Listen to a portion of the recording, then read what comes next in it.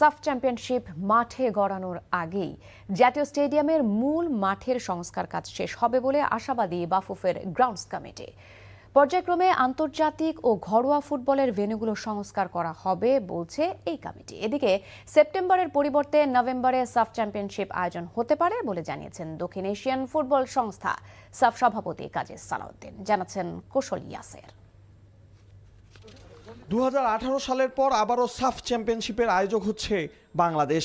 দক্ষিণ এশিয়ার ফুটবলের সর্বোচ্চ এই আসরের আগে জাতীয় স্টেডিয়ামে আন্তর্জাতিক মানের ঘাস লাগানো এবং দ্রুত পানি নিষ্কাশনের কাজ চলছে।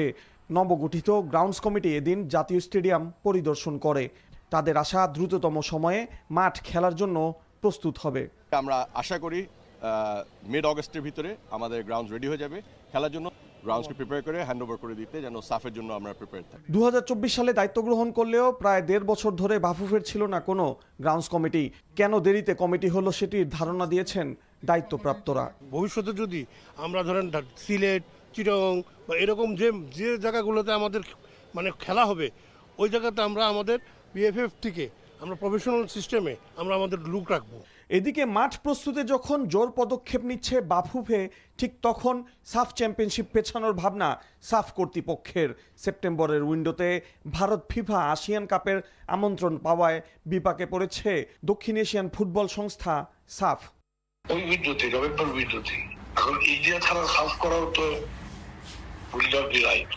এখনো কোনো মিটিং না সেট হয়নি। 2003 সালে প্রথমবার সাফের আয়োজক হয়েছিল বাংলাদেশ।